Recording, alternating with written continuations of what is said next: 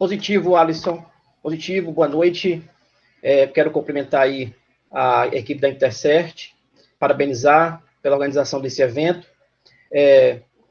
Quero cumprimentar minha colega doutora Josélia Frade, assessora do Conselho Federal de Farmácia, agradecer por ter aceitado o convite.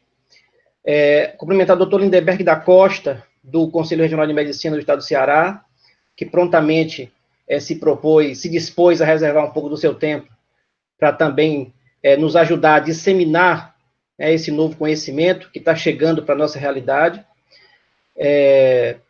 Quero também saudar algumas pessoas que nos ajudaram a organizar esse evento, mandar uma saudação para o professor Cláudio Gledstone, diretor da Faculdade de Medicina aqui da Universidade Federal do Cariri, pessoa que eu tenho muita admiração e respeito.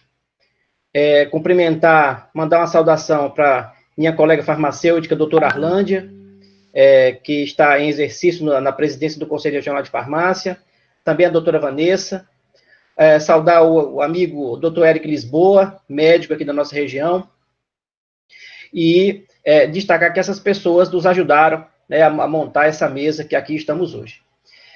Não vou me alongar na minha fala, eu aceitei aí dar esse suporte à Intercert, porque entendo que esse assunto é de extrema valia para o profissional médico, para o farmacêutico e também para os estudantes. Eu, como coordenador de curso, também tenho interesse que o estudante se alinhe com essa nova agenda, porque certamente chegando ao mundo do trabalho, ele vai ter essa demanda e é preciso abrir os olhos para isso. Certificação digital, como o Alisson colocou, não é uma coisa nova, já vem acontecendo no país. A discussão e a implementação das aplicações já vem sendo executada na área da saúde. O Covid, como eu estava comentando com o doutor Lindeberg, nos convidou, por assim dizer, a acelerar esse processo e realmente avançar para a etapa das prescrições. Medicina e farmácia são profissões milenares, nós possuímos um histórico aí de serviço à humanidade e também de parceria, e aqui estamos no Brasil com mais um motivo para interagir, que é a história da prescrição eletrônica, onde a interação médico-farmacêutico é fundamental para o sucesso. E, claro, tudo isso em benefício do paciente, que é alvo das nossas ações. Então, a doutora Josélia está aqui conosco, ela já vem acompanhando a discussão mais de perto, inclusive fez parte aí, recentemente, de um debate no ITI, o Instituto de Tecnologia da Informação, que tratou sobre o validador, que é um programa gratuito. E aí nós vamos dar aqui dar continuidade a esse processo de compreender para fazer. O Alisson já colocou aí que a Anvisa já está ensaiando isso, já existe uma minuta de resolução, então nós precisamos nos apropriar deste assunto para ajudar os colegas médicos, os colegas farmacêuticos a entenderem, para a gente começar a executar, como coordenador de curso, eu não poderia, então, ficar ausente dessa discussão, porque entendo que ela é muito importante para os estudantes. Também acredito que, da mesma forma, os coordenadores aí das faculdades de medicina também têm interesse nesse assunto, então a gente precisa realmente contribuir para a disseminação democrática da informação, para ajudar a sociedade a incorporar essa atividade que é de fundamental importância. Outros países já vêm fazendo isso, eu estava assistindo agora à tarde um vídeo. Portugal, por exemplo, tem a implementação de certificação digital em praticamente 95% de todas as prescrições do país, então já está bem mais adiantado do que nós, e eu acredito que nós, dentro de pouco tempo, poderemos avançar também. Mas não vou me alongar, quero passar a palavra para minha colega doutora Josélia Frade, para que ela possa fazer sua exposição. Boa noite, doutora Josélia, seja bem-vinda. Boa noite a todos. Me senti muito honrada aí com o convite, feito pelo professor Alberto.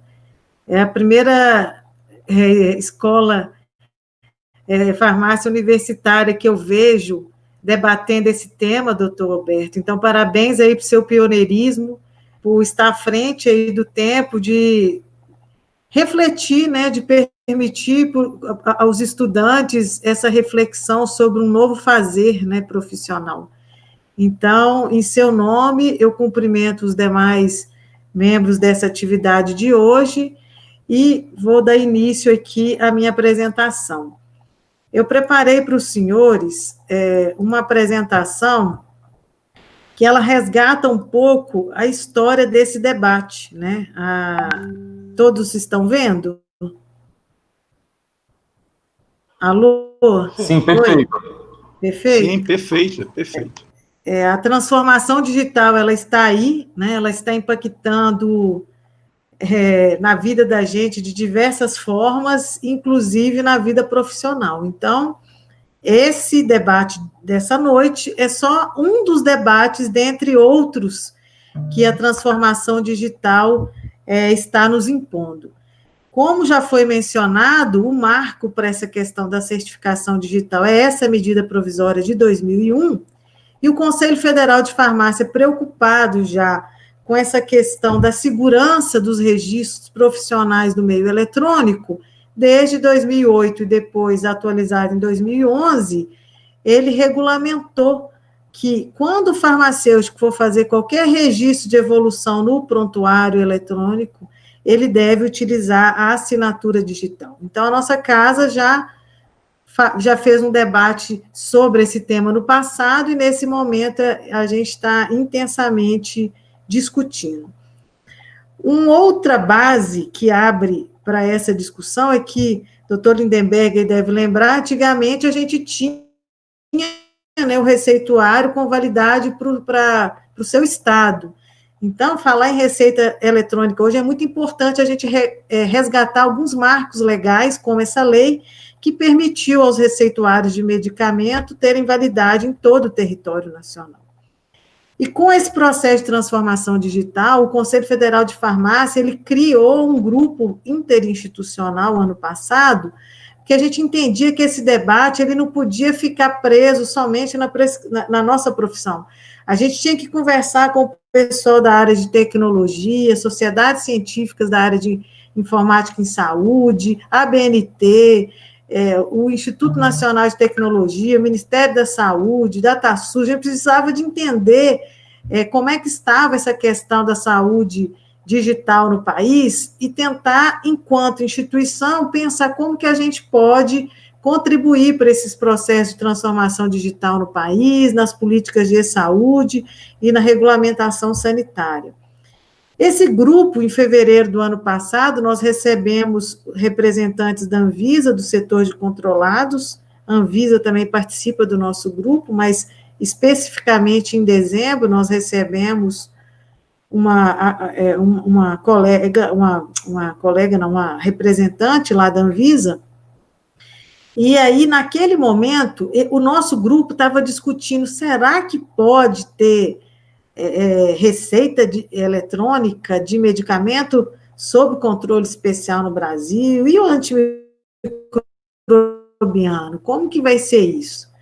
O grupo, a gente entendia naquele momento que a gente ainda não tinha ferramenta suficiente que a gente queria montar uma nota técnica sobre o tema, mas a gente não se sentiu seguro, porque a gente falava assim, peraí, mas como é que a receita não vai ser reutilizada várias vezes, principalmente no caso de antimicrobiano, né, que a gente tinha muita preocupação. Aí nos surpreendeu, em fevereiro, finalzinho de fevereiro desse ano,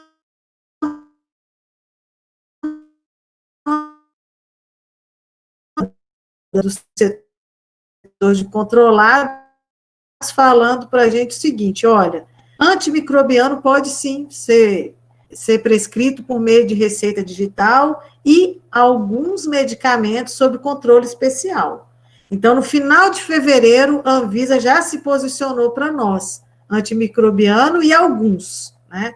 E aí começou a confusão, por quê? Porque eu tenho substâncias da lista C1, C5, mas em relação à lista A1, A2 e B1, só vale os adendos. E aí você tinha que ver a confusão dos jornalistas em relação a isso. Nesse mesmo momento, várias outras resoluções sendo atualizadas sobre farmácia popular, cloroquina, hidroxicloroquina, entra como controlado. Então, foi nesse momento de confusão, muita coisa acontecendo simultaneamente. Então, esse slide é para mostrar isso. Olha, nós questionamos em dezembro, em fevereiro nós tivemos resposta. Então, ficou muito claro para nós que todos aqueles medicamentos que necessitam das notificações não pode ainda ser prescrito no mundo digital, nem com, o ICP, com a certificação ICP Brasil. A Anvisa está num trabalho hercúleo interno para que isso se torne possível em breve. Só que existem problemas ainda para essa notificação. Por quê? Porque a notificação, a numeração na notificação B, por exemplo, é o estado que passa para o prescritor o número.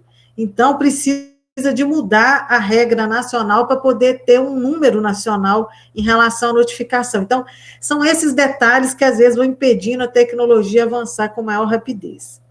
Aí a pandemia veio, né, começa a pipocar mesmo em março, e aí, tendo em vista essa resposta que o ITI, que o Anvisa tinha nos apresentado, o ITI reúne várias entidades listadas aí nesse e-mail, nesse slide, para a gente junto pensar numa solução para que os pacientes que usam medicamentos sob controle, que eles não tivessem problema de acesso no momento da pandemia.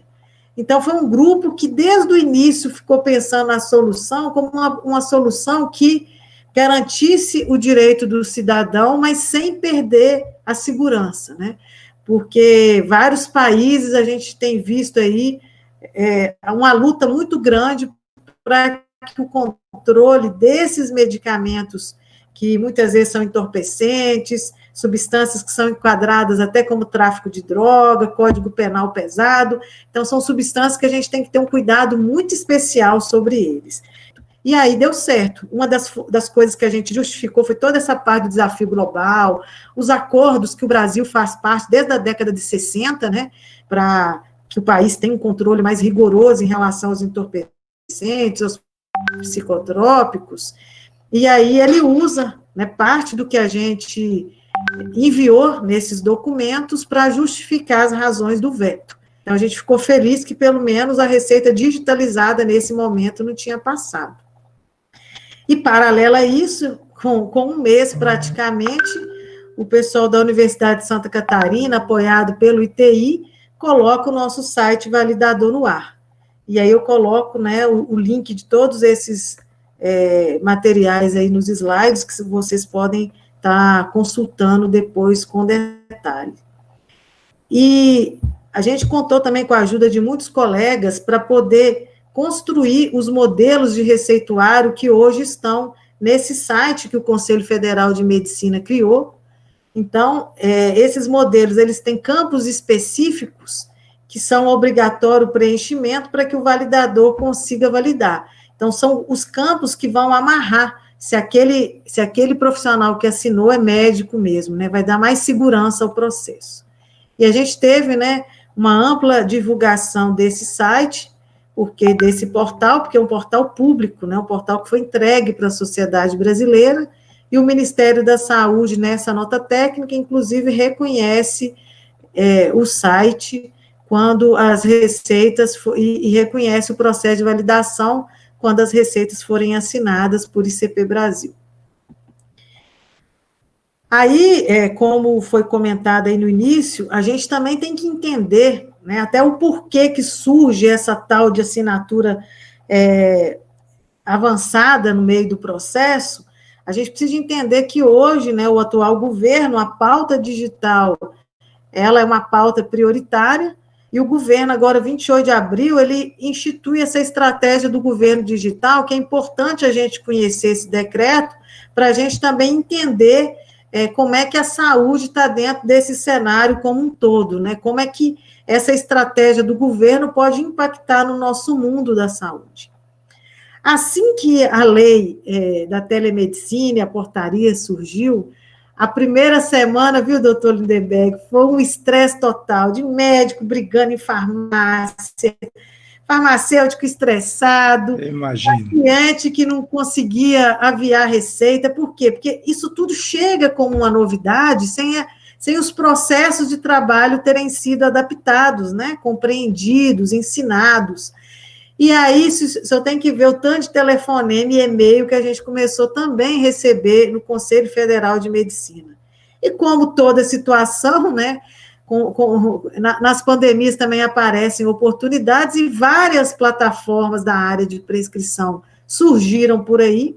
A gente começou a receber denúncias de plataformas que estavam amarradas com determinada farmácia, só aceitava a receita daquela plataforma. Então, tanto o Conselho Federal de Farmácia quanto o de Medicina, eles se uniram para mostrar para a sociedade brasileira que nós somos a favor desse processo de forma que a autonomia dos profissionais seja assegurada e que o paciente seja respeitado.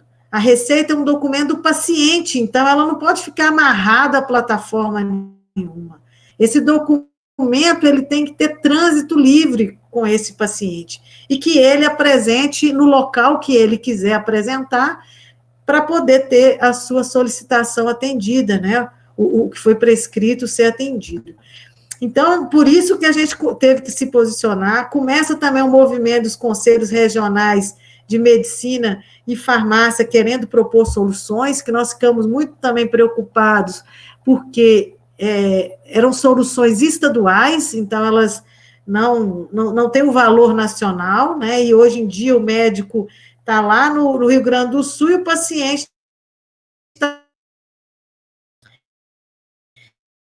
aqui no DF, por exemplo, porque fez uma teleconsulta. Então, essa questão de estadualizar é complexo, e também essas plataformas que foram criadas, elas não respeitavam essa orientação inicial da Anvisa, que era ter o ICP Brasil para os medicamentos controlados e antimicrobianos. Então, por isso que a gente teve que se posicionar. Aí, paralelo a isso, né, alinhado a todo esse projeto do governo digital, sai essa medida provisória 983. Então, essa medida provisória, ela cria na área da saúde a possibilidade de se utilizar a receita eletrônica avançada, qualificada, eu estou falando a que segue o padrão ICP Brasil. E nesse momento que essa live está acontecendo, essa medida está sendo votada lá no Congresso Nacional. Até o final da live eu espero ter alguma notícia para os senhores, tá? Essa medida provisória causou muita confusão, muita discussão, porque ela veio como uma discussão para o ambiente público. Só que aí o privado começou uma discussão de que podia utilizar o avançado para qualquer coisa na área da saúde. E aí começou muito embate nas últimas semanas. Assim que essa medida saiu, nós tentamos uma audiência lá com o presidente da Anvisa e encaminhamos cópia desse ofício para o CFM e também para a Sociedade Brasileira de Informática em Saúde, que tem sido uma grande parceira em todo esse processo. Quando a gente encaminhou esse ofício, falando assim, olha, presidente, além, a MP está aí, a gente precisa de uma posição da Anvisa, a gente precisa de uma regulamentação da Anvisa para dar o direcionamento para o mercado. Porque a gente vinha defendendo o padrão ICP Brasil por ser mais seguro, né, e por permitir esse trânsito, é o único padrão nacional que a gente tem nesse momento, se surgir outras tecnologias que venham, mas nesse momento, para atender esse momento histórico, a gente entendia que, em termos de segurança, é o que a gente poderia estar divulgando e estar lutando pela sua utilização no país. E quando a gente mandou esse último ofício para a Anvisa ela se posiciona que o ato do farmacêutico também poderia ser registrado com o padrão ICP Brasil. Porque para nós isso é lógico, né? O único padrão que se equivale a uma assinatura manual é o padrão ICP Brasil. Se as normas que o farmacêutico segue hoje manda ele assinar no verso a quantidade do produto que ele entregou e várias outras informações, essa assinatura do farmacêutico no verso do receituário, ela tem que ter o mesmo grau de exigência da assinatura do médico no ato da prescrição. Por quê? Porque é essa assinatura que vai confirmar o que realmente foi entregue ao paciente. E no mundo de medicamentos que pode ser enquadrado, inclusive, de drogas, o ato da dispensação é um ato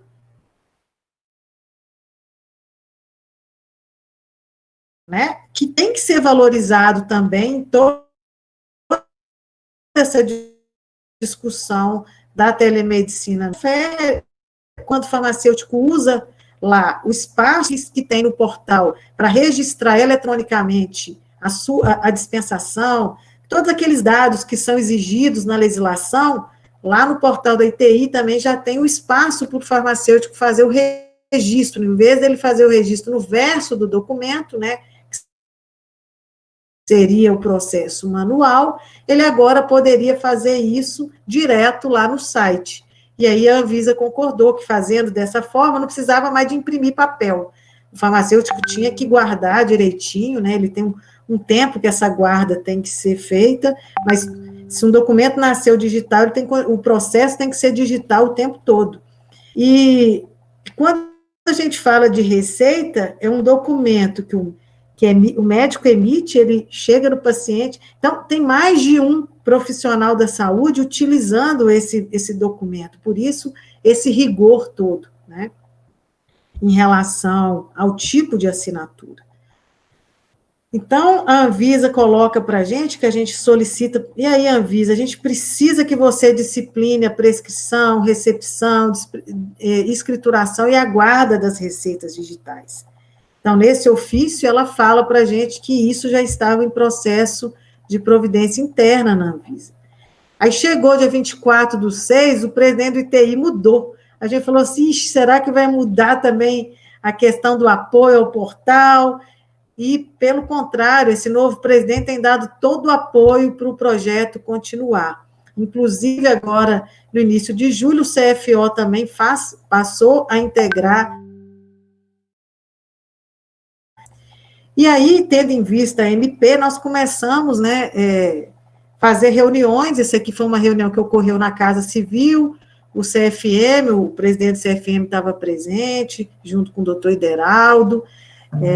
Pelo Conselho Federal de Farmácia estava eu e o conselheiro federal, doutor Gustavo, pelo Estado do Paraná, os representantes do ITI e a Anvisa. E esse foi o momento que a gente colocou para o diretor da Anvisa o nosso posicionamento em defesa do padrão ICP Brasil e dos riscos, que envolvem um receituário estar assinado de qualquer jeito. Aí, no dia 17 agora de julho, também, o próprio doutor Ideraldo do CFM, ele colocava, Josélia, seria interessante, se o validador já lesse direto o QR Code para facilitar o processo de trabalho do farmacêutico. Então, a gente teve reunião sobre isso, e o QR Code agora já consegue ser lido lá pelo site validador. Esse processo de desenvolvimento, várias plataformas contribuíram para que isso também se tornasse possível num tempo tão rápido, E aqui está o fluxo, de como que o farmacêutico pode ler esse QR Code para poder validar essa receita lá no portal. E depois vocês podem ter acesso a essa apresentação e olhar com calma cada uma dessas etapas.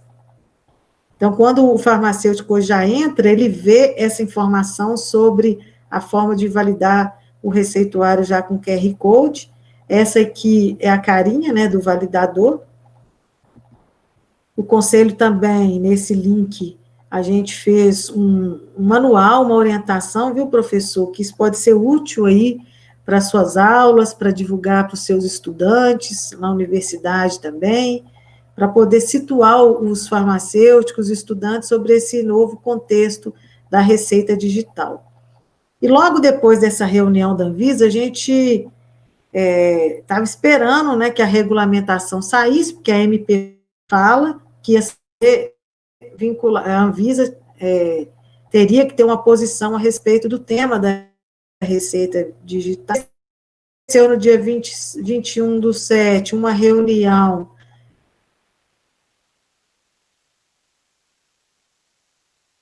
Senhora Josélia? virtual, que as entidades participaram, o comércio... Oi, me escuta? Sim, é porque deu Oi. um delay aqui no áudio, deu uma travada, mas já normalizou já.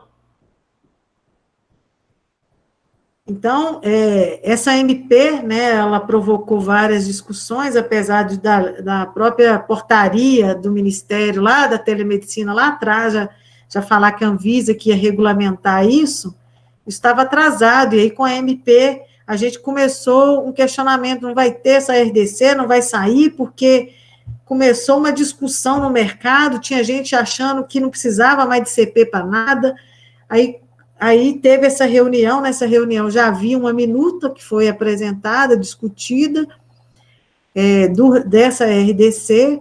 Após essa reunião, nós encaminhamos contribuições. Peraí, deixa eu só voltar. Na verdade, essa data, 21/7, ocorreu uma reunião da diretoria colegiada da Anvisa, no dia 21/7. E aí eles tiraram de pauta, essa RDC ia ser votada nessa data, ela foi tirada de pauta, que aí o diretor falou que ele precisava de um debate maior, que até então ele havia conversado somente com o Conselho Federal de Farmácia, Medicina, Anvisa, não sei, e ITI, e eu não sei quais as outras entidades que ele já havia conversado. Aí ele, nessa reunião de diretoria colegiada, ele coloca que preferia tirar de pauta e fazer uma discussão mais ampliada a respeito dessa minuta.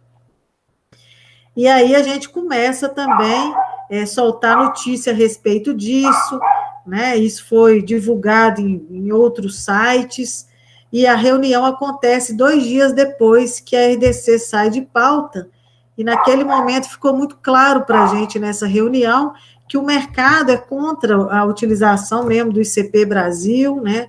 Os representantes das grandes redes de farmácia tiveram um posicionamento contrário. Naquele momento, eu ainda insisti, falei, gente, o que está em debate são receitas de controle especial e antimicrobiano. Não dá para a gente flexibilizar, né, qualquer assinatura para esse grupo de medicamentos. A discussão, ela começa pelos medicamentos com maior rigor. E aí, teve essa reunião no dia 23, a gente continuou defendendo a nossa pauta, CFM, TI junto, divulgando que a nossa posição se mantinha, né? Surge nesse meio do caminho essa outra lei também que fala de validade de receita, enquanto durar a pandemia. A gente começa também a mandar documentos, depois surge, a gente ficou sabendo quem que era o relator dessa medida provisória, a gente começa um processo de conversa com esse deputado, explicando o porquê que a gente defendia o padrão ICP Brasil. Aí teve uma nova reunião da diretoria colegiada da Anvisa. A gente percebe que as contribuições que a gente enviou entre o primeiro texto e o segundo, houve algumas melhorias, ficou claro nessa segunda proposta que, para medicamento de controle especial e antimicrobiano, a palavra ICP Brasil, o site validador aparece nessa minuta de RDC, o registro da dispensação pelo farmacêutico também no padrão ICP, e aí a gente achou que já tinha acontecido a reunião, que nessa data a RDC seria votada lá pela diretoria da Anvisa. Aí, novamente, ela sai da pauta da DICOL e o diretor que tira de pauta, que sugere a retirada de pauta, ele argumenta que precisava que esse processo da MP 983 fosse solucionado, que é o que está sendo votado nesse momento. E aí várias entidades começam a discutir essa questão de assinatura, teve um monte de live, teve representantes dos deputados, visitas a gabinete, para poder mostrar toda a defesa em relação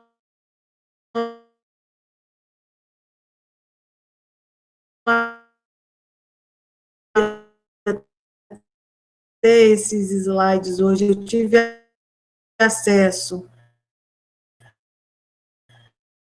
ao parecer que o deputado vai apresentar. O texto antigo não citava quais os medicamentos. Quem ia falar o padrão de assinatura para que tipo de medicamento seria o Ministério da Saúde e a Anvisa. Só que o texto, ele traz algo que nos preocupou. Ele restringe o padrão ICP Brasil somente para os medicamentos sujeitos a controle especial e atestados médicos. Nem antimicrobiano ele está considerando. E aqui também, no outro artigo, né, do relatório apresentado hoje lá no Congresso, e foi uma loucura, né, a gente também está com uma nossa resolução pronta para ser apresentada no nosso plenário, mas a gente está esperando o que vai acontecer em relação ao trâmite aí dessas medidas, dessa medida provisória da RDC da Anvisa. E hoje, foi uma doideira também, a gente teve que acionar o deputado para questionar esses pontos que eu me referi em relação ao parecer que está sendo apresentado no Congresso nesse momento. Então, gente, assim, a gente tem lutado muito, né, pela autonomia dos profissionais e pelo direito do paciente a ter esse documento, e que esse documento transite independente de plataforma específica, mas ainda a gente tem muita coisa para avançar, né? A questão dos outros medicamentos que não tem controle no país, como é que vai ficar? Tá, fica uma confusão, que tipo de assinatura, um monte de assinatura possível, acho que isso acaba complicando, né? Essa questão da assinatura digital, o pessoal do mundo jurídico, o pessoal da contabilidade já vem utilizando isso há muito tempo. E a área da saúde que a gente mexe com vida, tem um monte de discussão ainda que não evolui, que não conclui. Inclusive, eu falo que para o mundo digital, a gente tem que vencer logo essa discussão aí de assinatura para começar a pensar em que modelo de prescrição eletrônica a gente vai defender. Tem muito erro ainda no processo de prescrição, no processo de dispensação, no processo de administração. Existe uma epidemia invisível da morbimortalidade relacionada a medicamentos que ninguém coloca na mesa. Então, será que a gente não vai conseguir avançar para um modelo de prescrição que o médico recebe alerta se aquela dose está muito alta, se tem alguma interação grave?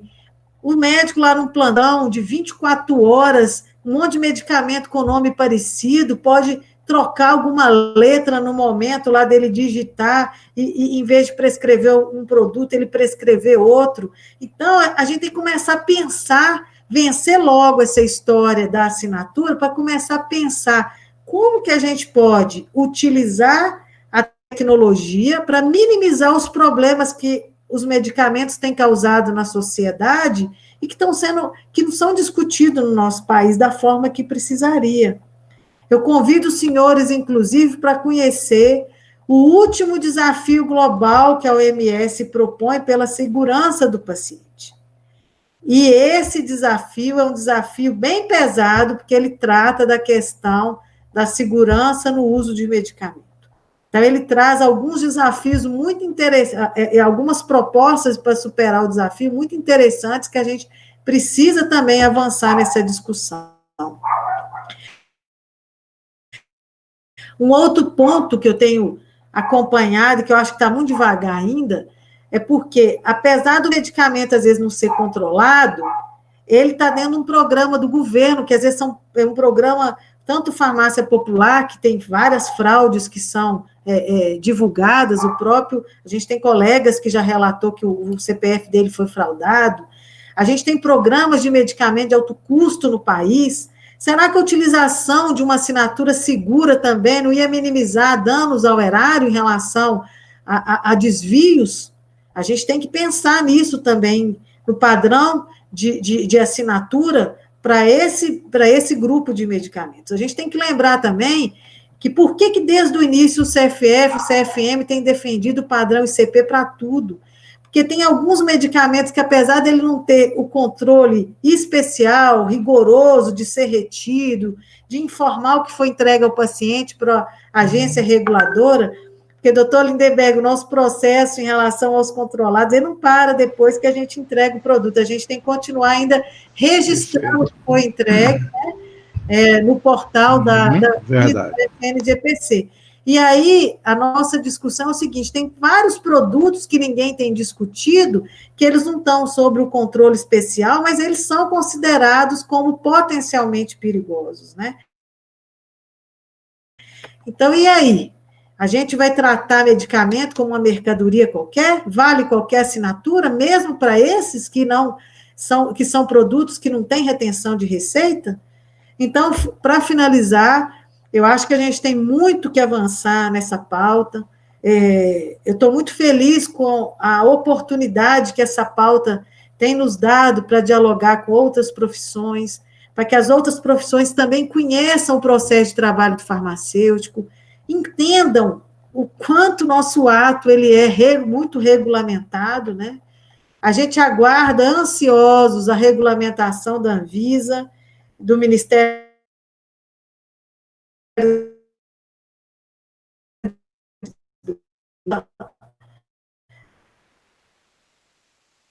a nossa resolução do CFF, que já está pronto, que a gente consiga, né, enquanto sociedade, discutir qual que é o modelo ideal de prescrição para o país, e que a gente consiga, né, suprir todas essas lacunas, dessas interrogações que ainda estão pairando sobre qual tipo de assinatura para outros medicamentos, além dos controlados, e que a gente consiga também pensar numa possibilidade de ter um processo que seja padronizado, que independente da forma que essa receita chegue, a operacionalização do lado do farmacêutico vai seguir os mesmos critérios, os mesmos requisitos.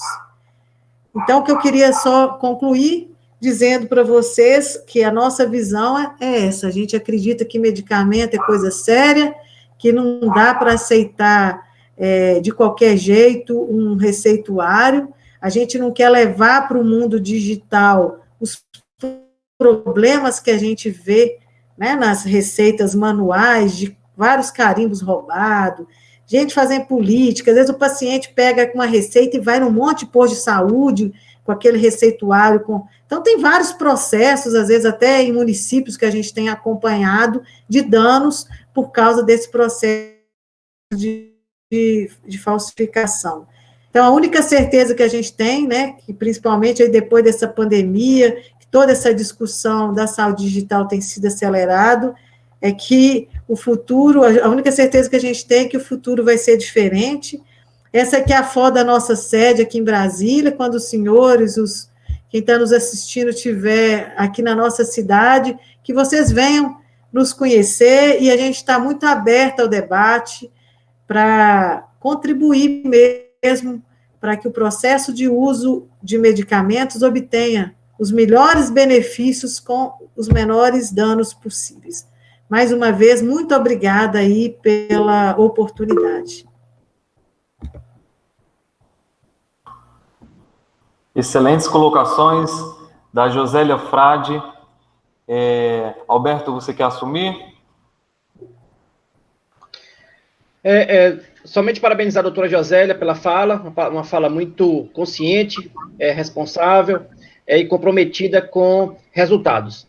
Não vamos nos alongar, vamos passar a palavra para o doutor José Lindenberg, para que ele possa fazer sua explanação. Doutor, é com o senhor.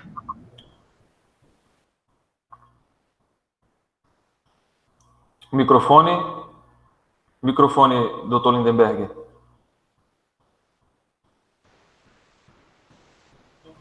Boa noite, pessoal. Realmente, já me dei por satisfeito em ouvir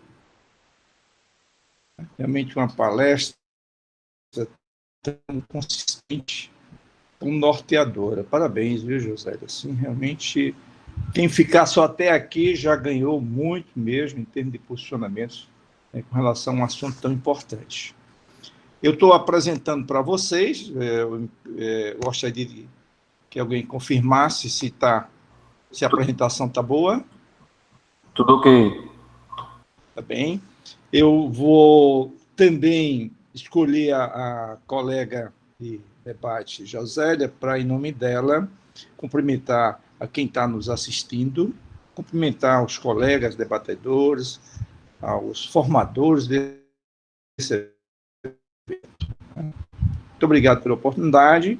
Eu aqui vou emitir manifestações em nome do Conselho Regional de Medicina do Estado do Ceará e por extensão do Federal. Em algum momento posso fazer comentários pessoais, mas alerto quando for fazer comentários pessoais.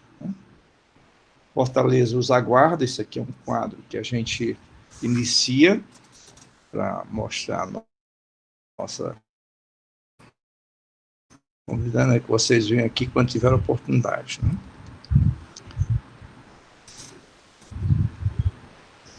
Eu sou conselheiro nessa gestão agora e sou coordenador da Comissão de Educação Continuada do CREMEC. O tema que foi proposto para a gente é um tema muito, muito interessante e que provoca realmente análises elásticas,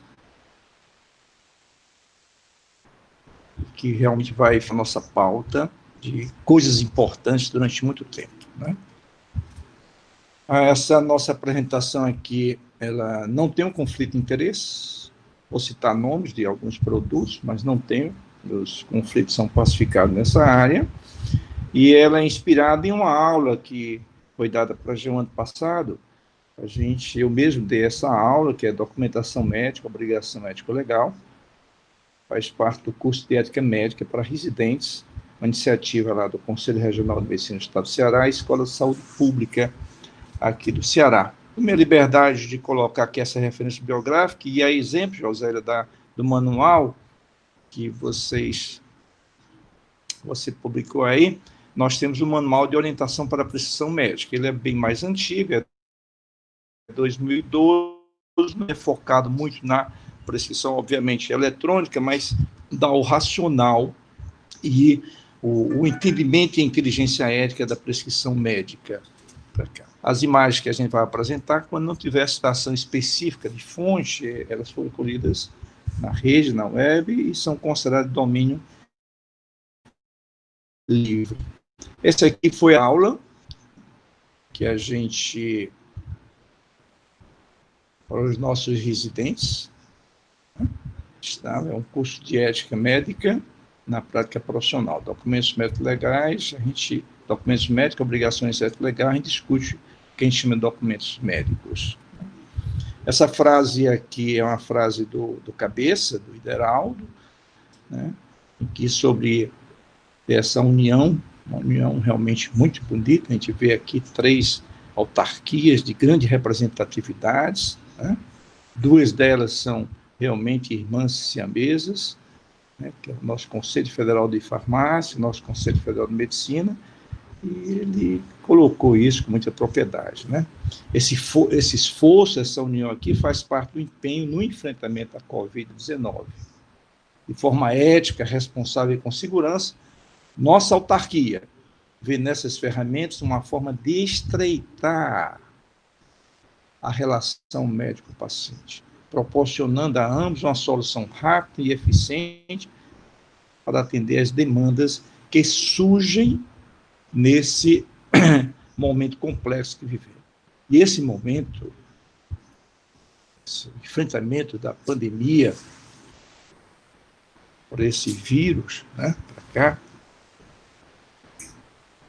que nos deixou perplexos, né, que houve uma reorganização de conhecimentos seculares até, mais desafio de conhecimentos mais modernos que estamos precisando, e que agora, esse mês, nós fomos premiados com o nosso jornal americano de Medicina e Ética, né, que ele aproveitou uma imagem, né, de um pulmão, isso era uma TC, e um Carral Patel fez essa arte, né, em homenagem, né, às vítimas da Covid, particularmente aqueles que morreram, né, hoje aqui no Brasil, lamentavelmente, alcançamos a marca trágica de 100 mil. E, como momento, também ele lembrou da brutalidade policial, né, com relação às questões mundiais nascidas lá na América do Norte. Né? Então, é um quadro artístico, triste, né, mas que realmente é o pano de fundo dessas discussões que vinham se crescendo nos últimos anos, talvez décadas, e que agora, em função da pandemia, criou, né, essa situação extremamente necessária de que a gente fale, comente, fale sobre coisas muito importantes. Agora mesmo essa MP, né, está sendo lá discutida, falada, né, deveras importância. E que realmente, né, além do que já foi falado, né, muito importante, a gente pretende, né, discorrer nesse tempo sobre também outras coisas muito e muito importantes, como poder deixar de ser. E a primeira coisa importante, colegas, é que vamos falar de pessoas.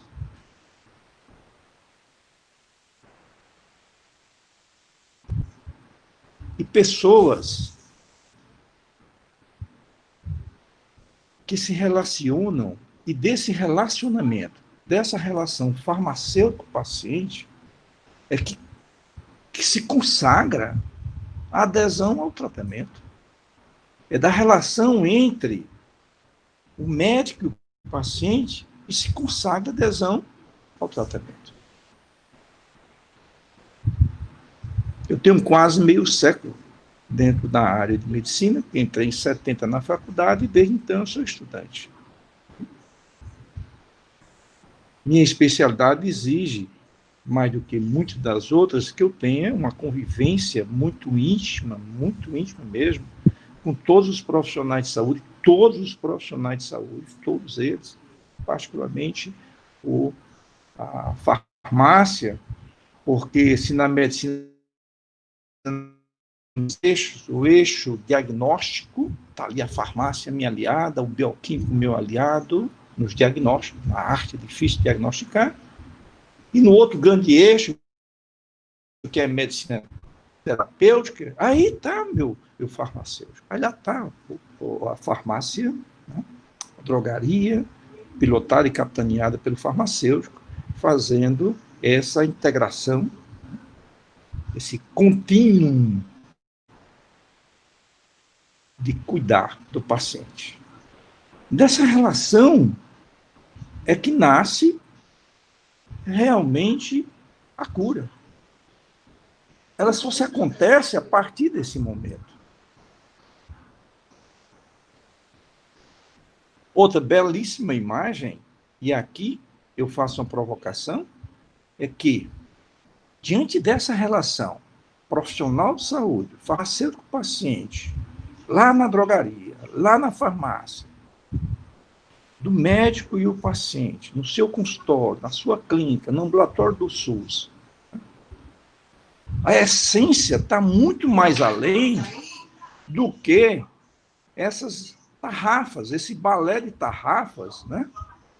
Porque, contrariando ao nosso querido, e aqui uma homenagem a Josélio Oswaldo Montenegro, brasiliense, né?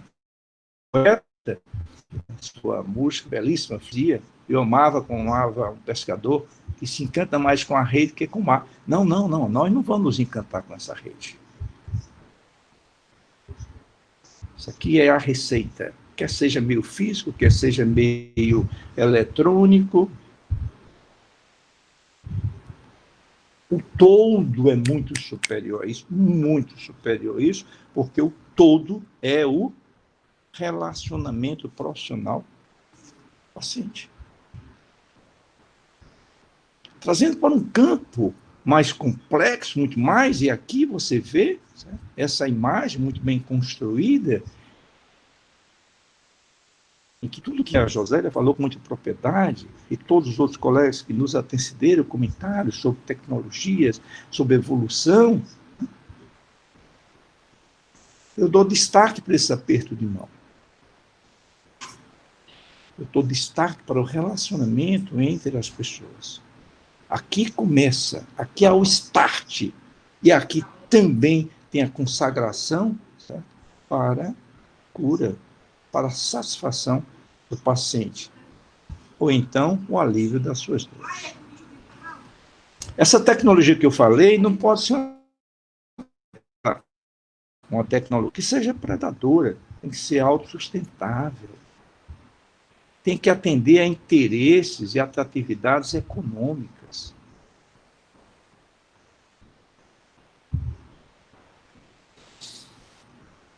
Pessoas, tecnologias e atratividade econômica em nome de empresas. Como foi falado pela José, olha, só aqui na assistência farmacêutica, a farmácia envolve $1 bilhão. Isso é da saúde. 600 mil unidades de medicamentos adquiridos para farmacêutica. Onde 13 bilhões de medicamentos e insumos foram liberados, isso aqui em 2019, e está aqui no relatório de gestão do Ministério da Saúde.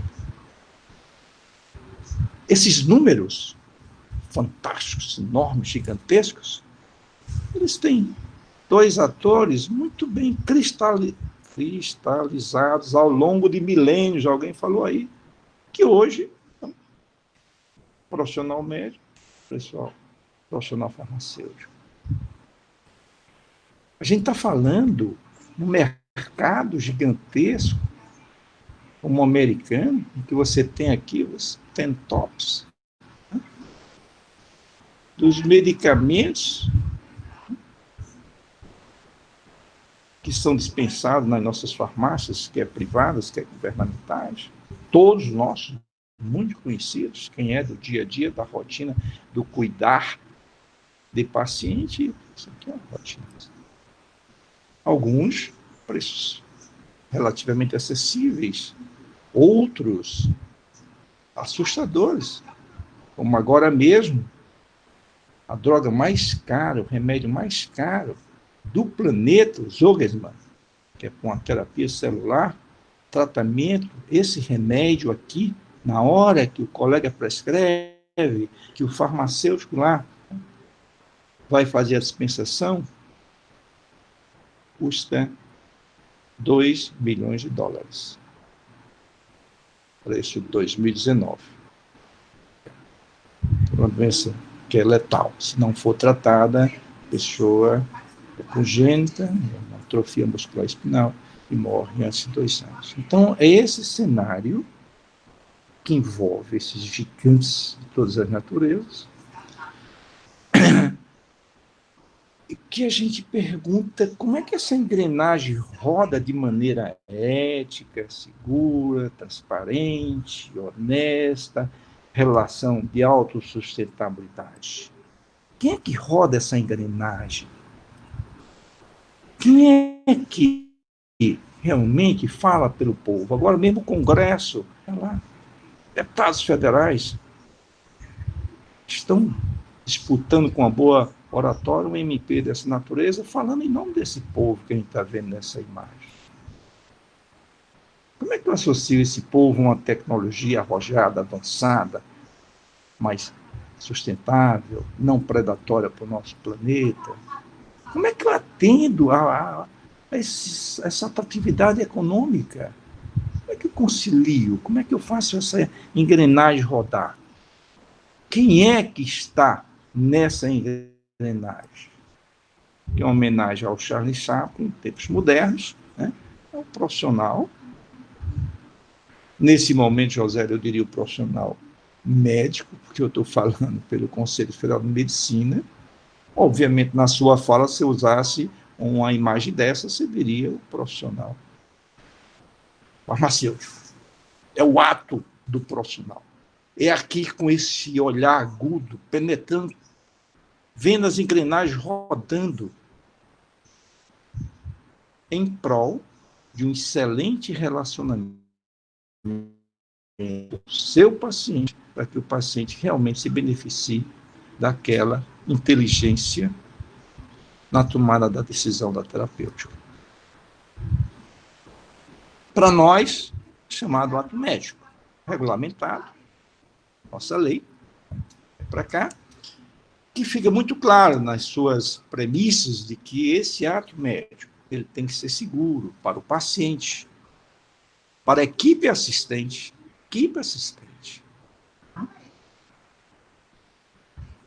condições de trabalhos corretas, perfeitas para os nossos colegas que estão na toda a linha de cuidado do paciente, para a unidade de saúde assistencial. A unidade de saúde assistencial, ela tem também que ter a sua capacidade de oferecer essas condições para a saúde pública e para a própria humanidade. Para ter essa segurança, este ato tem vários atributos. Vários. Dentre estes atributos, para ele ser seguro, ele tem que estar devidamente registrado. É chamado registro seguro do ato médico. E o registro não é aleatório, não. Ele é regulamentado por normas éticas, administrativas e legais. Então, esse ato médico, ele visa a preservação da saúde, a prevenção das doenças, a identificação dos estados mortos, ao tratamento e à reabilitação do enfermo. É esse relacionamento aqui. Milenar, centenário, que caracteriza exatamente o procedimento da competência e responsabilidade exclusiva do profissional médico em benefício do ser humano, individualmente ou da sociedade como um todo, visando isso aí, preservar a saúde, prevenir a doença, identificação dos estados mortos, ao tratamento e reabilitação do enfermo. Aqui eu me recordo, né, quando nós falamos da grande integração existente entre o profissional farmacêutico e o médico, porque nós somos um só. Nós somos um só. Até a Idade Média, né, nós não éramos separados. A medicina e a farmácia caminhavam juntos, era o mesmo profissional que fazia isso. Mas as demandas começaram a exigir de que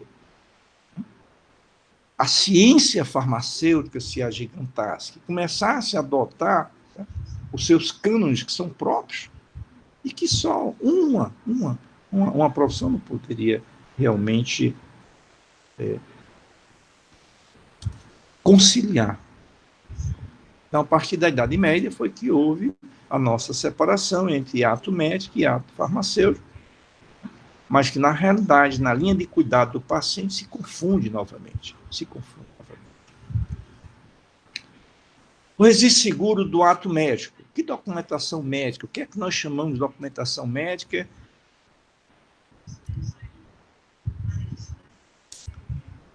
Isso aqui são comentários óbvios, mas é bom a gente ressaltar. São papéis nos quais o médico se comunica com terceiros, quando no exercício profissional.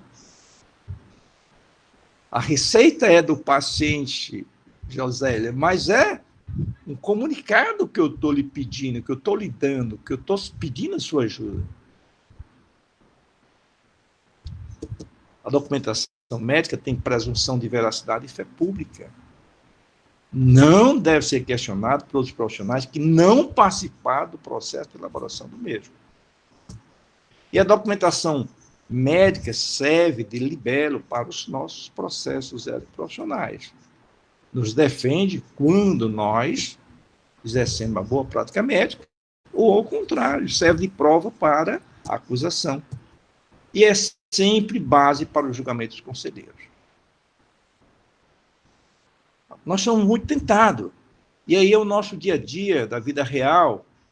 Você ouve muito essas frases para a gente. Doutor, o plano de saúde que é alto para entregar no setor de perícia. Doutor, antes da alta, o senhor podia preencher este relatório. Doutor, bote o carimbo na receita, senão a farmácia não entrega o remédio. Se não preencher RT completo, o banco de sangue não aceita. Não estão entendendo a letra na farmácia. Fala aqui com a balconista. Esse aqui é o nosso dia. E isso envolve documentação médica, documentação médica. E que está saindo físicos inexoravelmente, quase sem retorno, partindo para a eletronificação desses registros. É a saúde eletrônica, que é mais fácil de falar em saúde digital.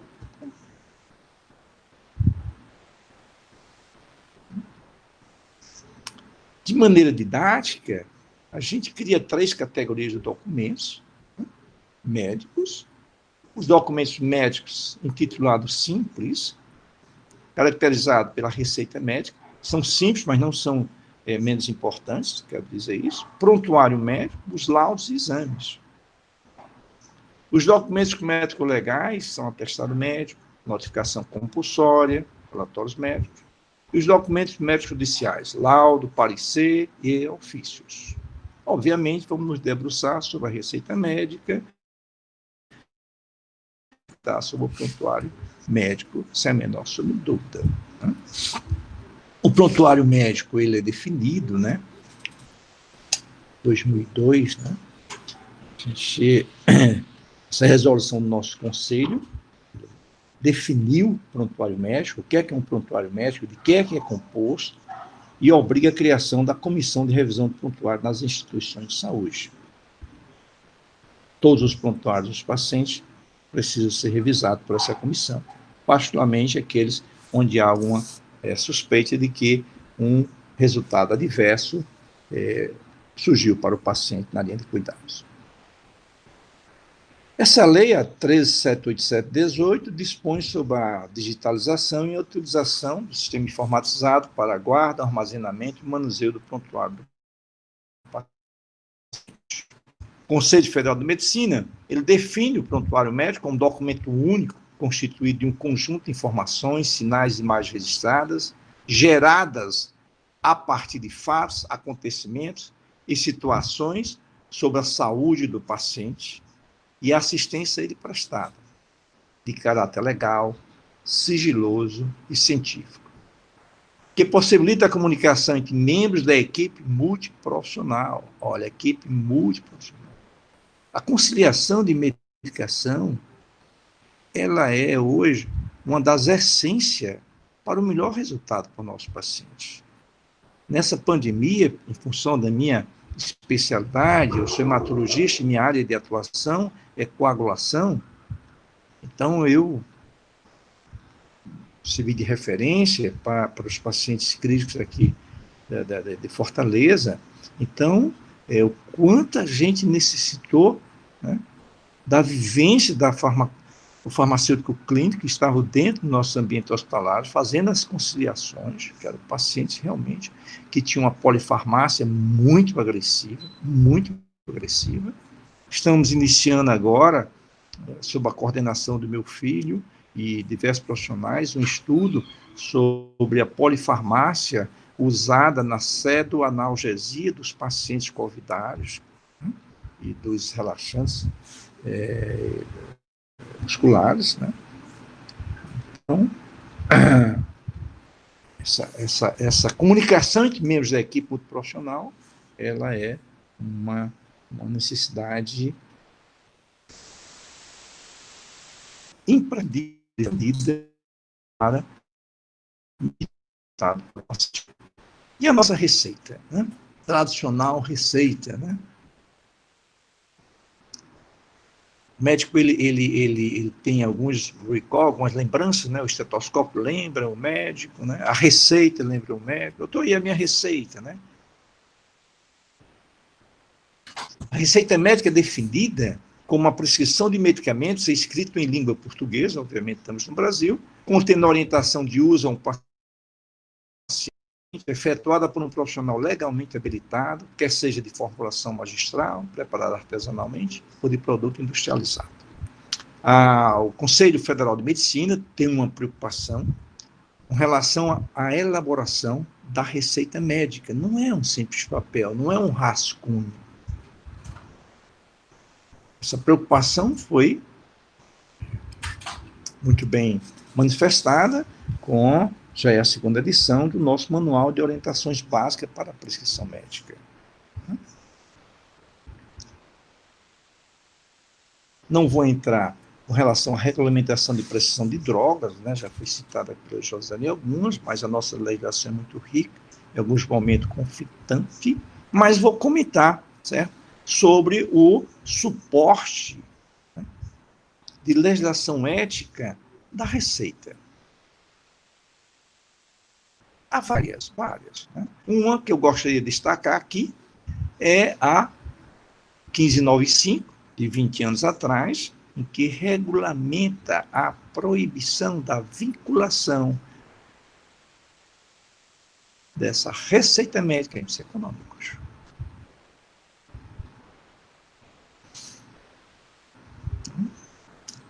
Em torno de 2000, né, havia uma inquietação no mundo sobre a relação do profissional médico com a indústria farmacêutica. Vários trabalhos de grande qualidade, design científico, alertaram. Logo em seguida, em 2002, saiu um filme de um brasileiro, foi diretor, Fernando Meirelles, que ele era o jardineiro fiel, que falava da indústria farmacêutica de um modo de vista muito cáustico, né? Claro que não é toda a indústria, mas essa resolução, ela realmente proíbe a vinculação da prescrição médica ao recebimento de vantagens materiais oferecidas por agentes econômicos interessados na produção ou comercialização de produtos farmacêuticos e equipamentos na área médica. Mesma oportunidade, 2001, trabalhos aqui mesmo, do Brasil, da nossa revista da Associação Médica Brasileira, né, diretrizes de bioética, os médicos, a indústria farmacêutica e de equipamentos. Tá? E aí a consagração, que é a relação médico-paciente e a prescrição médica.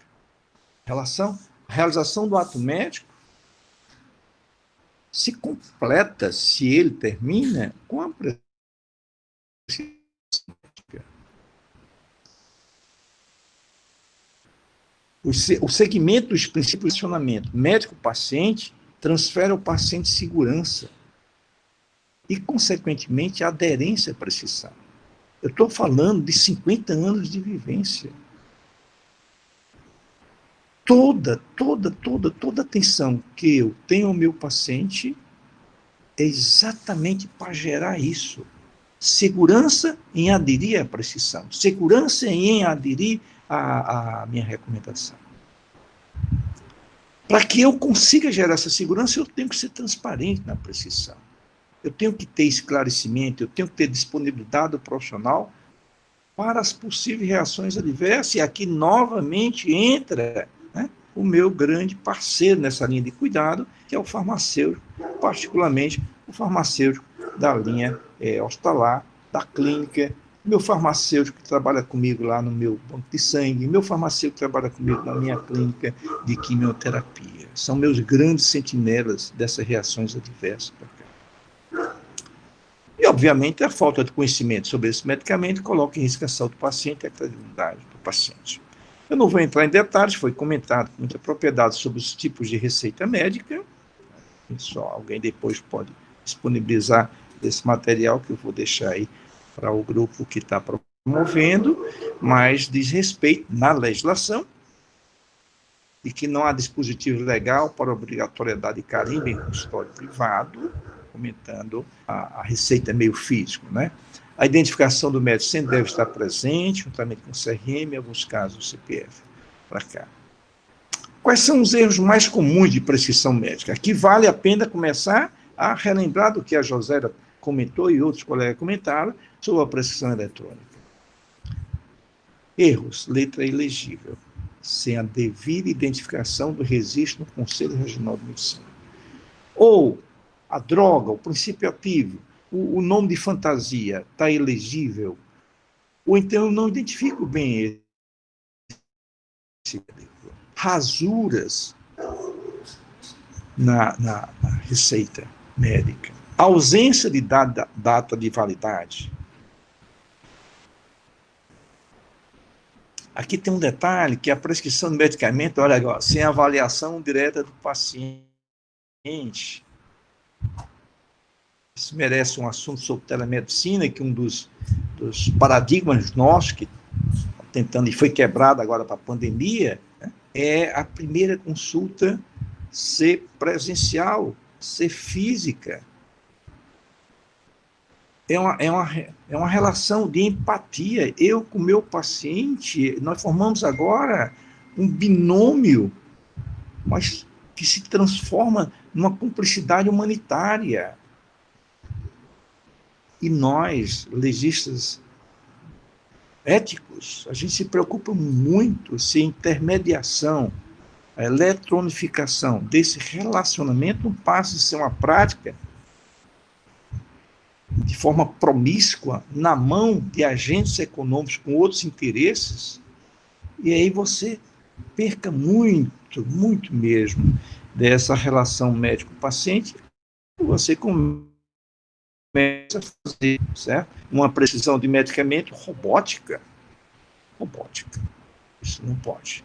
Né? Mas, obviamente, na pandemia, em nome da lei maior, que é a norma sanitária internacional, de evitar a contagiosidade, claro, de que a gente incensou e com muita procedência a primeira consulta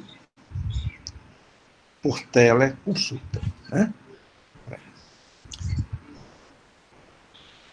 A outra, omissão de doses na prescrição e o horário errado de administração. Isso aqui são os erros mais comuns da prescrição médica. A proposta de telemedicina, como eu comentei, que a gente imagina que seja nova novidade, na realidade tem um século. Olha aqui, ó. Aqui em 1924 já havia, né? Alguém já estava pensando em fazer o rádio médico, né? Para fazer essa distância para cá. E no bojo dessa telemedicina se destaca a prescrição eletrônica e com seu devido destaque, mais ainda a receita digital. A nossa telemedicina, ela está em maturidade de normatização, e hoje nós temos a resolução de 2002, que em 2018, de forma, né, manipulada, foi revogada e regulamentada sob suspeição de atender a interesses, né, de determinados grupos médicos, grupos econômicos, e sob pressão de todos os conselhos regionais de medicina, todos eles se rebelaram, e o Conselho Federal de Medicina restabeleceu a legislação de 2002. Na pandemia, agora, essa resolução abriu mão e se permitiu a teleconsulta de primeira. Eu não conheço o paciente está à distância, e eu faço a teleconsulta com ele. Mas a prescrição eletrônica, a receita digital, que nós estamos comentando aqui, né, ela não se prende somente ao paciente covidário, ela se prende muito mais a uma população que não teve Covid, graças a Deus, mas que está, né, retida no seu isolamento social, que não pode voltar ao seu médico para receber aquela medicação de uso continuado. Então, essa sim, talvez seja de extrema carência, e a minha atenção, né, principalmente a essa grande massa de população, é que os conselhos regionais de medicina, sob a tutela do federal, entendeu de que a teleconsulta de primeiro podia ser feita. O Ministério da Saúde se antecipou e já saiu com a portaria dizendo que podia ser feito. Nós apenas fomos caudatários deles para cá. E aí tem as resoluções que permitem o atendimento, né, por telemedicina na pandemia, incluindo a teleconsulta de primeira vez com o paciente.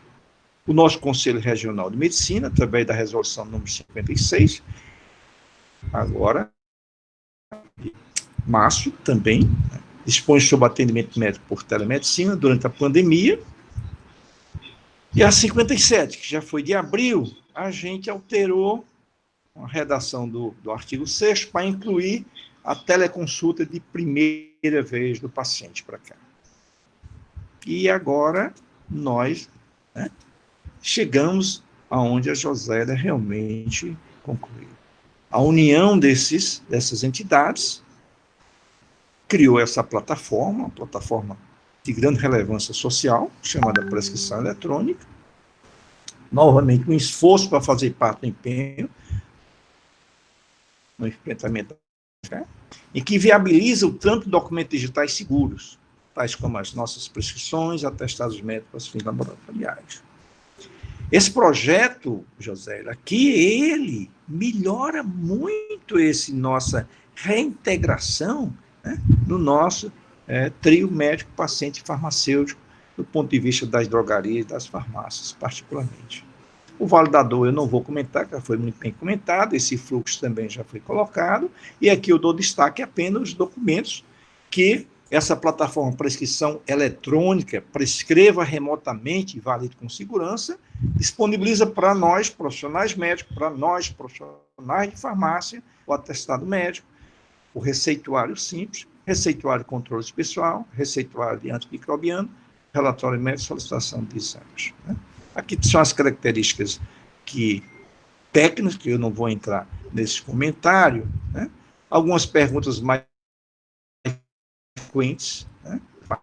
E uma que eu gostaria de dar ênfase a essa aqui: como a população se beneficia? O paciente não precisa portar um documento físico como uma prescrição médica, pode receber diretamente no celular.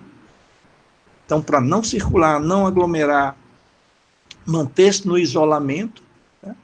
Nada melhor do que isso. Nada melhor do que isso mesmo. O serviço também permite que no ato da dispensação seja verificada a assinatura digital do médico e agora validado também da assinatura do profissional farmacêutico.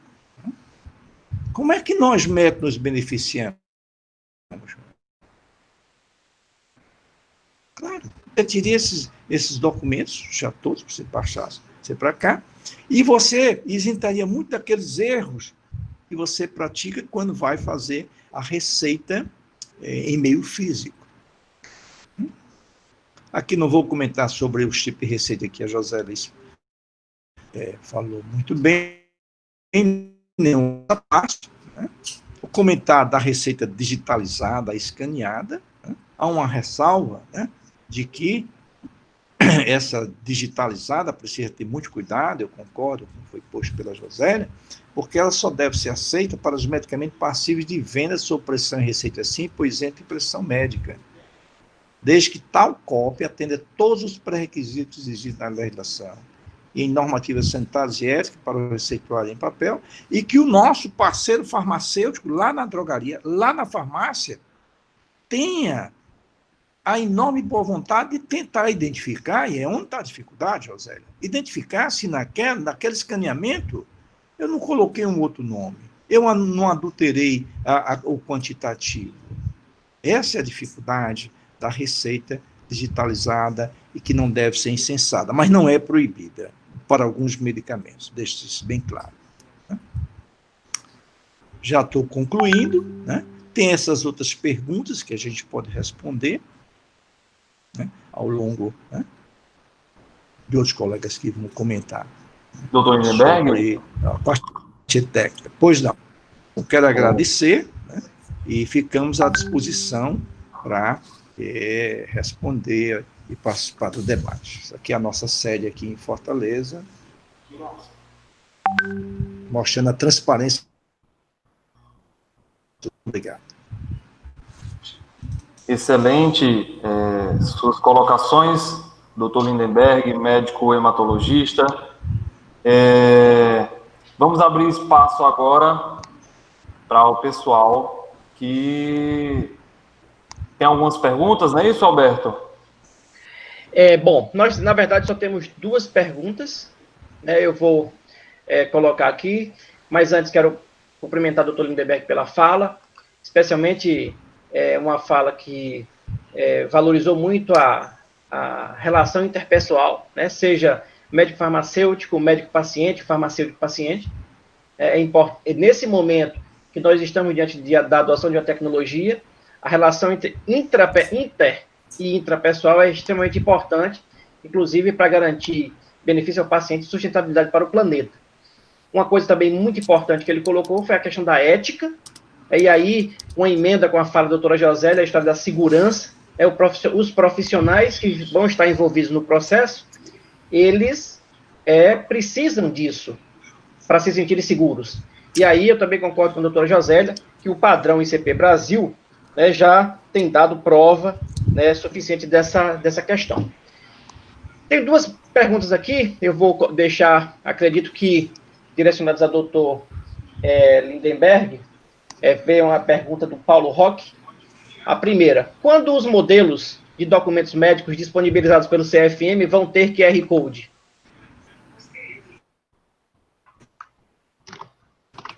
Por favor, Alberto, picotou um pouco a sua fala. Quando os documentos... Eu coloquei até no chat quando aí, os modelos de documentos médicos vão ter... eu vi para cá.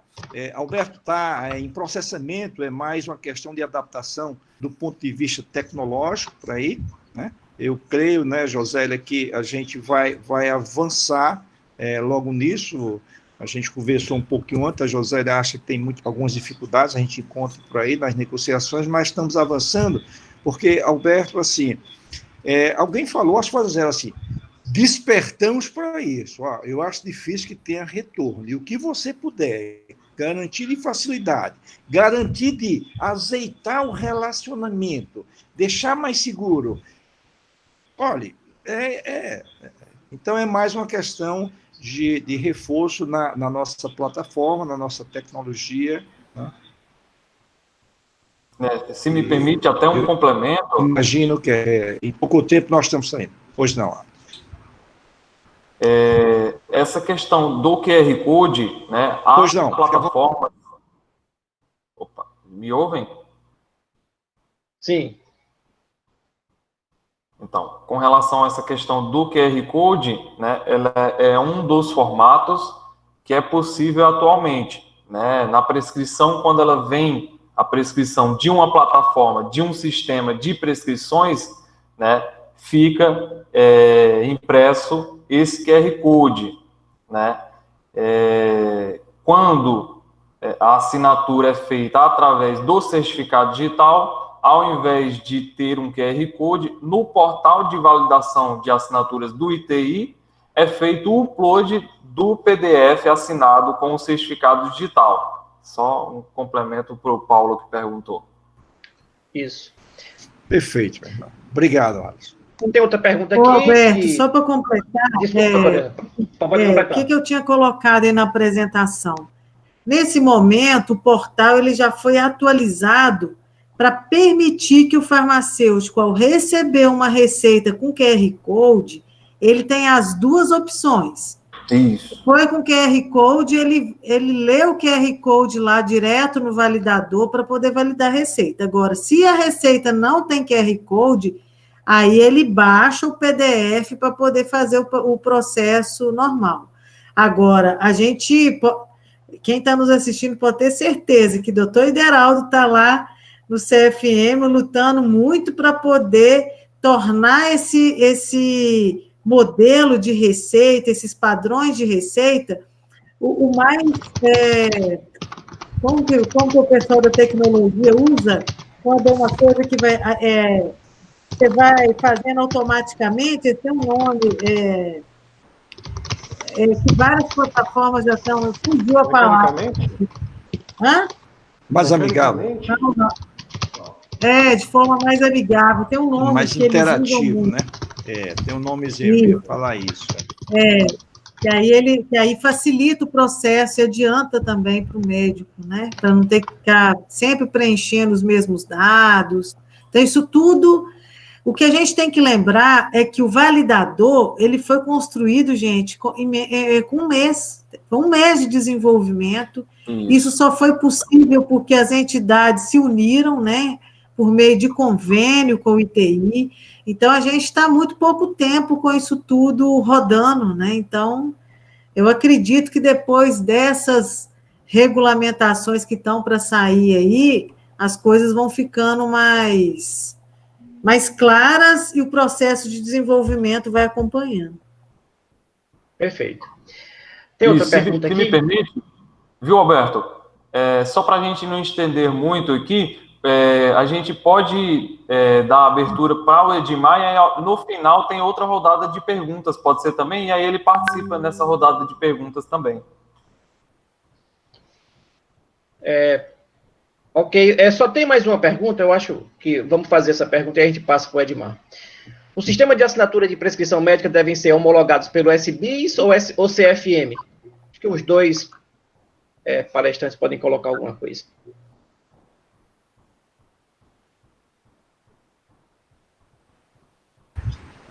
Eu gostaria que você fizesse uma reflexão em cima do que a gente propõe, certo? Quem for protagonista nessa ação não tenha o maior conhecimento.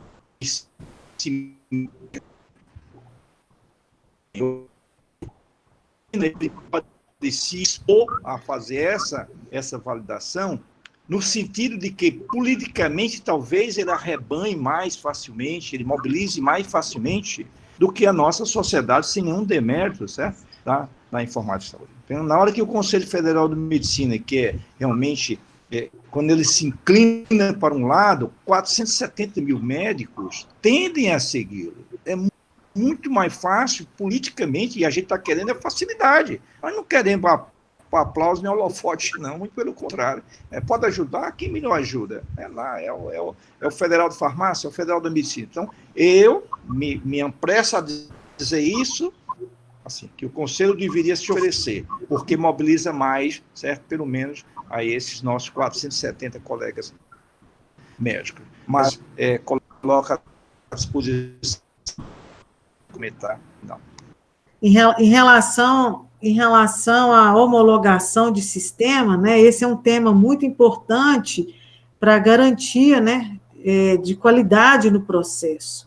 Eu acho que é hoje que está encerrando uma consulta pública no site da Sociedade Brasileira de Informática em Saúde sobre isso, e eu acho que vai ser colocado um também para a plataforma de prescrição médica.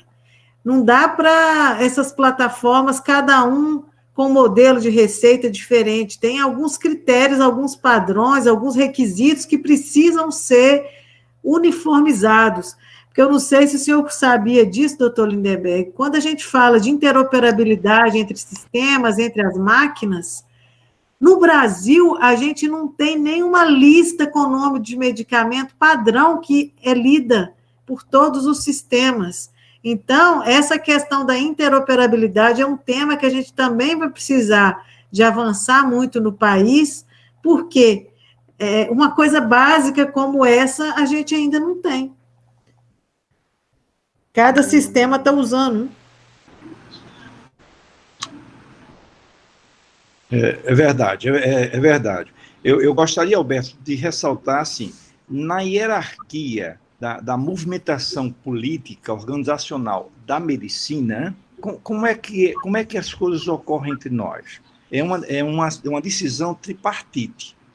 Normalmente o Conselho Federal de Medicina, junto à Associação Médica Brasileira e a Sociedade da Especialidade Médica, viu, Josélia, que fica sob o guarda-chuva da AMB, se soma ao Conselho. Como o Conselho é a autarquia federal, a Sociedade de Informática em Saúde é uma entidade privada, a Associação Médica Brasileira é uma entidade privada, não tem esse dom maior de ascendência legal, não tem. A AMB, a Sociedade Brasileira de Informática e Saúde, é um CNPJ privado. São os médicos que emprestam seu CPF ou profissionais de saúde, emprestam e formam. Ao passo que o Conselho Federal de Farmácia é uma autarquia, ela não é de governo, ela é de Estado. É de Estado. Então, quando eu falei, talvez não tenha explicado bem, entendeu, José? Assim, talvez, assim, quem possa fazer essa validação, quem vai pagar o ônus é o Estado. É o Estado. Porque se for o particular, ou a Sociedade Brasileira de Informática em Saúde, em algum momento eu desisto de ser. O federal não pode desistir de existir.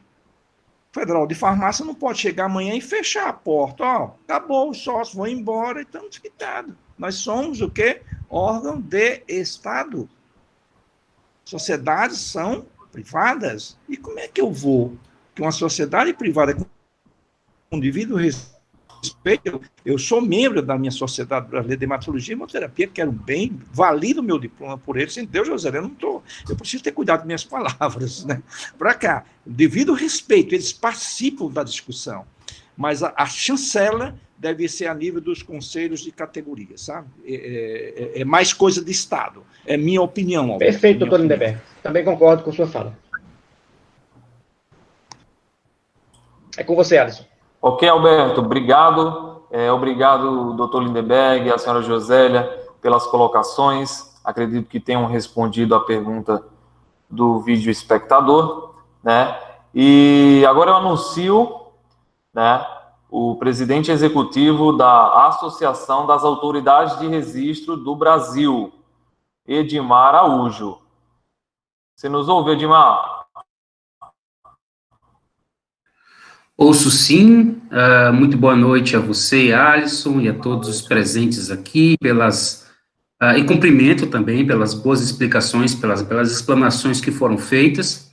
Eu acho que a gente tem que iniciar essa fala, que vai ser muito sucinta, em respeito ao horário também, a gente tem que iniciar essa fala lamentando pelas mais de 100 mil vidas que foram perdidas em razão do novo coronavírus. A gente falou tanto em Estado, falou tanto em governo, eu acho que apesar de todos os esforços que possam ter sido feitos, esses números começam a virar nomes, é o nome de um conhecido, é o nome de um familiar. Então fica aqui a minha solidariedade de todas as pessoas que estão enfrentando o drama do Covid-19 em suas famílias. Evidentemente, a gente tem um número muito superior de pessoas que foram curadas, mas as 100 mil vidas, eu tenho absoluta convicção que não há remédio na lei, na justiça, na ordem, que possa sarar a dor e a chaga que essa Covid-19 abre em nosso país. Eu acho que nós temos que aprender bastante com ela. Eu fui convidado aqui para falar sobre a minha experiência com a telemedicina. Eu sou um estudante de transformação digital e futuro dos negócios. Como bem disse o Alisson, eu sou presidente da Associação das Autoridades de Registro do Brasil, que são as empresas que comercializam certificados digitais. E vivenciei uma experiência, contei no meu LinkedIn, dias depois eu tive a oportunidade de relatar essa experiência no site do jornal O Estado de São Paulo, e vim aqui, então, contar um pouquinho de como foi. Como todas as pessoas que estão assistindo aqui, em algum momento da nossa vida, a gente precisa ir ao médico. Em tempos de pandemia, essa locomoção até o médico se tornou uma preocupação. Então, o que nós percebemos é que a medicina reagiu bem e muito rápido a esse problema do coronavírus e do isolamento social, e muitos profissionais, então, migraram para plataformas digitais em que a gente pudesse fazer interação e ser atendido pelo médico. É muito importante também ressaltar, e aqui fazendo uma alusão à profissão do médico, eu acho que o médico sabe quando ele pode fazer uma consulta por videoconferência e quando ele tem necessidade que o paciente compareça. Isso não é apenas uma decisão do médico, mas é um protocolo de saúde que deve ser seguido e respeitado. Mas para aqueles casos em que é possível, o meu caso eu posso falar sem problema nenhum, há 20 anos, os doutores que estão aqui sabem que ir ao psiquiatra gerava um estigma, né? Olha, ele está ficando doido, ele está com algum tipo de problema. Eu precisava ir ao psiquiatra, e o isolamento social estava, de certa forma, me pedindo de fazer isso. Então, eu consegui, pelo WhatsApp, por uma conta comercial, solicitar uma consulta, receber o dia e o horário e receber também os dados para fazer o pagamento. Fiz no Nubank do meu smartphone, encaminhei o comprovante então aquele dia, aquele horário foram confirmados. No dia e horário que me foram informados, que foram combinados com a clínica, eu recebi um link para acessar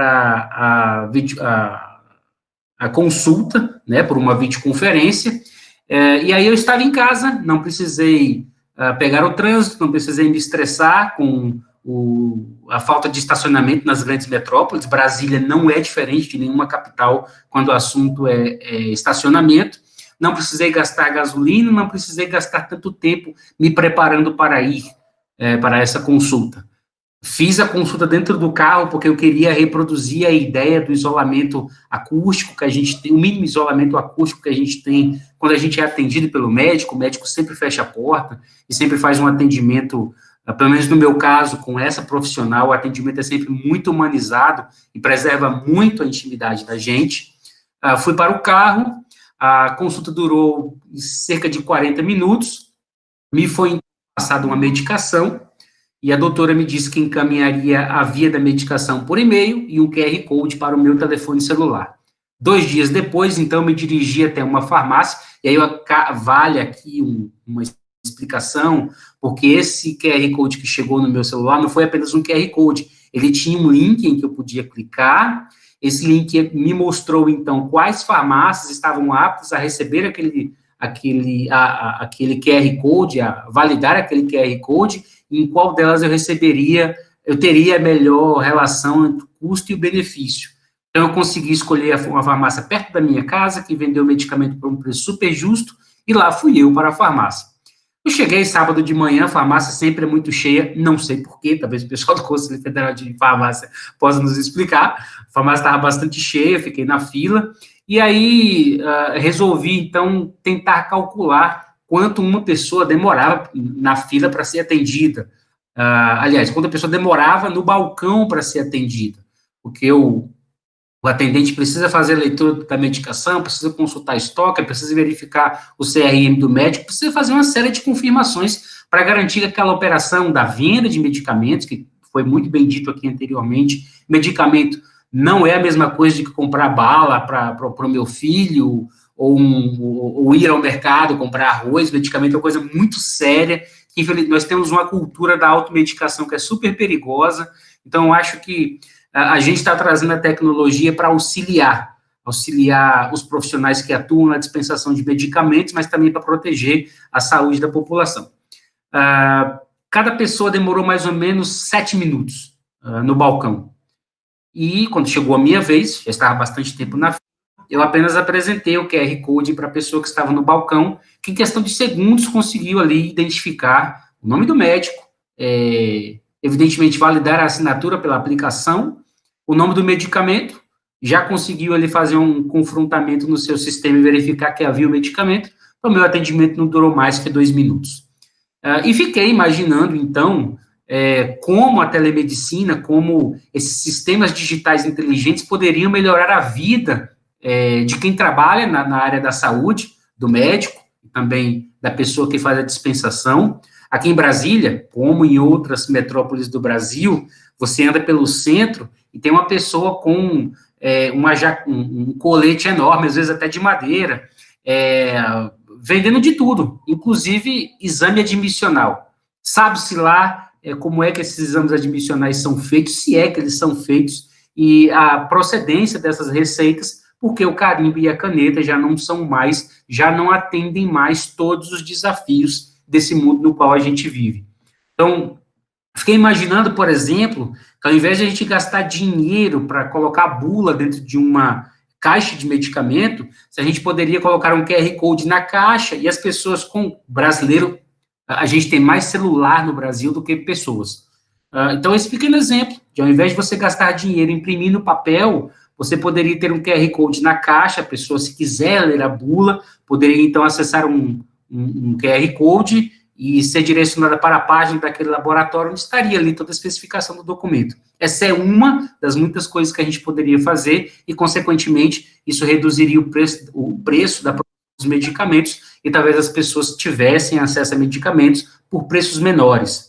Então, a telemedicina, a gente vê que ela desencadeia, tem uma reação em cadeia super interessante que vai desde a prescrição digital do médico, que pode atender de qualquer lugar, até a dispensação no balcão, com atendimento ali entre a consulta e o balcão. A gente tem, então, uma transformação da nossa experiência com o médico, que continua ali diante de nós, nos ouvindo, querendo nos ajudar com a sua expertise, mas eu diria que eu gastei 20% do tempo que eu gastaria se eu tivesse ido em uma consulta tradicional, convencional, contando aí, e muito mais barato também, né, porque a gente não gasta gasolina, a gente não paga estacionamento, então fica na comodidade de casa, no melhor cantinho. Então, acho que essa é a experiência que me pediram para contar aqui. Eu fiquei bastante satisfeito, que eu tive a experiência, repito, de contar essa experiência no site do jornal Estado de São Paulo. O nome do texto é Chega de Vidibula, ele está publicado no blog de política do jornalista Fausto Macedo, e era isso que eu tinha para contar. Agradeço o espaço, o tempo. Eu acho que todos nós somos bastante responsáveis pela transformação digital que chegou no Brasil, chegou para ficar. Parabenizo os conselhos ligados à área da saúde, porque, repito, reagiram rápida e positivamente diante desses desafios do novo normal trazido, infelizmente, por essa doença. Então, fica aqui o meu agradecimento pelo convite e eu permaneço à disposição de todos. Muito obrigado. Excelente, Edmar. Obrigado pelo seu testemunho. É muito interessante a gente deixar registrado não só os conhecimentos do Dr. Lindenberg, né, da Josélia, mas como também o seu testemunho, porque esse material ele vai ser consultado posteriormente por estudantes, por profissionais médicos, profissionais farmacêuticos, né, e aqui a gente reuniu um mix, né, de conteúdo envolvendo várias partes, né. Eu estou vendo aqui, tem uma pergunta, deixa eu só visualizar só um minuto.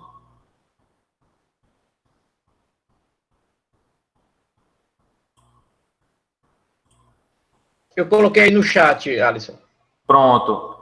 Qual é o cenário previsto para o sistema de prescrição caso a assinatura eletrônica seja aprovada hoje?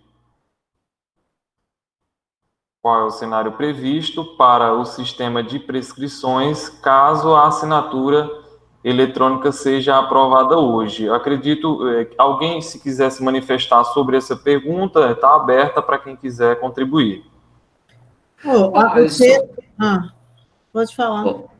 Obrigado. Eu particularmente acho que a pergunta ela está se referindo à votação que está acontecendo nesse momento na Câmara, da medida provisória 983, que cria outras categorias de assinatura, a avançada e a assinatura eletrônica simples. Mas a assinatura digital qualificada ICP Brasil já é uma realidade consolidada e eu acredito que independa da aprovação ou não desse texto no plenário da Câmara. É só isso que eu queria dizer, doutora José, desculpe por me excluir nesse assunto. Não, é porque a gente está ansioso, né? Porque o relatório, ele retrocedeu, né? O relatório que eu li hoje deixou a gente bem preocupado. Só reconheceu o ICP para medicamento de controle especial. E é lógico que o médico que tem ICP, ele vai usar a mesma assinatura para prescrever qualquer coisa, né? Essa que é a nossa esperança. Tranquilo. Só mais um minuto. Pronto, acredito que o pessoal não tem mais nenhuma pergunta a ser feita. Alberto, você tem alguma pergunta que queira colocar? Não, nesse momento, acredito que o debate contemplou muitas coisas.